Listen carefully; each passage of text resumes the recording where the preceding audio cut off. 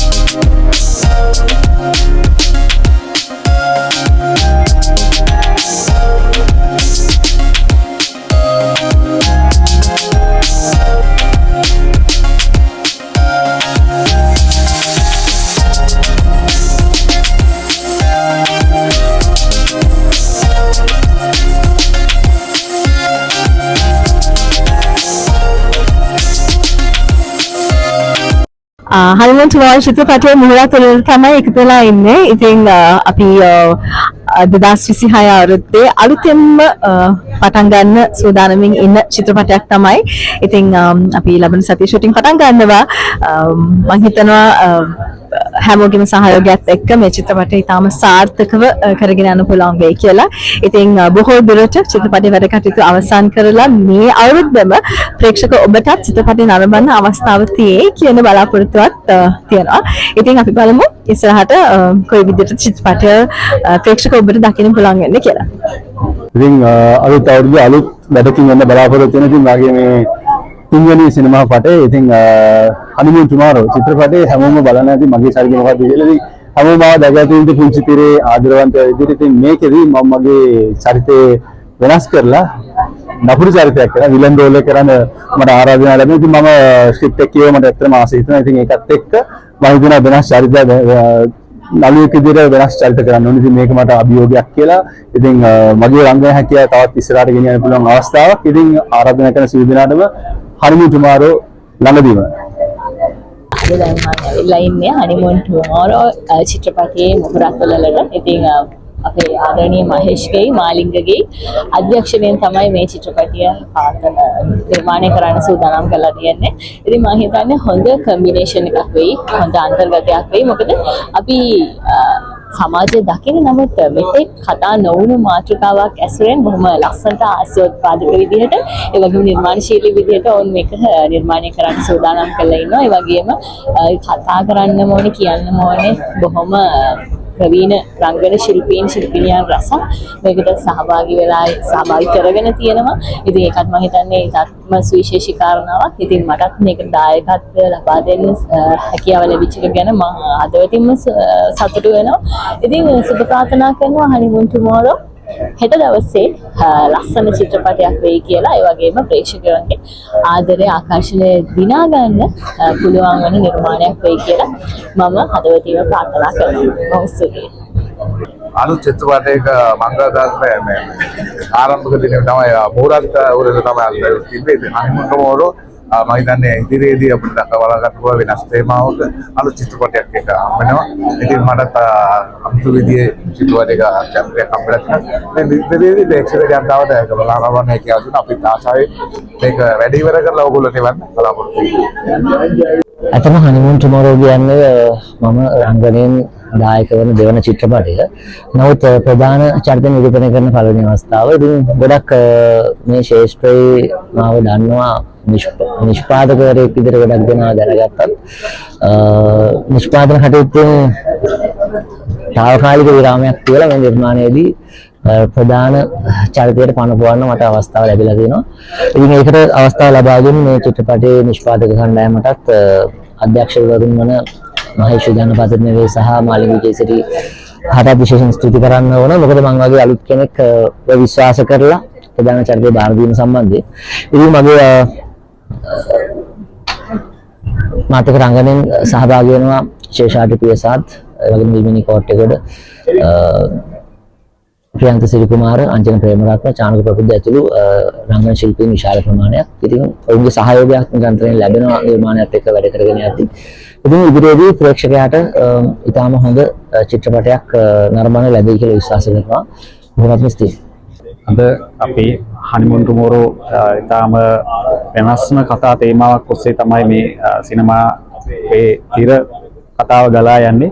ඉතින් ලංකාවේ මේ දක්වා සිනමාවෙන් නොදැක් දකින්නට නොලැබුණු විදිහේ තාමත් ප්‍රේක්ෂකයන්ට නැවුම් තේමාවක් අරගෙන තමයි අපි මේ පාර එන්නේ. මගේ දෙවනි සිනමා අධ්‍යක්ෂණය.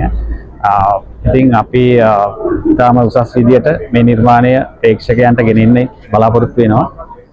අපේ නිෂ්පාදන කණ්ඩායමත් අපේ කාර්මික ශිල්පීන් නළුනිලි පිරිස ඇතුළු සියලු දෙනාත් එක්ක නිර්මාණය ඉතාම ඉක්මනින් ප්‍රේක්ෂකයන්ට බාර කරනවා කියන එක මේ අවස්ථාවේ අපි ප්‍රකාශ කරනවා. මම සම අධ්‍යක්ෂකවරයා විදියට අපි ජනවාරි මාසේ 4 වෙනිදා මේකේ රූගත කිරීම ආරම්භ කරනවා. අපි ඉදිරියේදී දැනුම් දෙන්න සියලුම දේවල් ඔබ සියලු දෙනාට මේ දේවල් දැනුම් දෙන්න.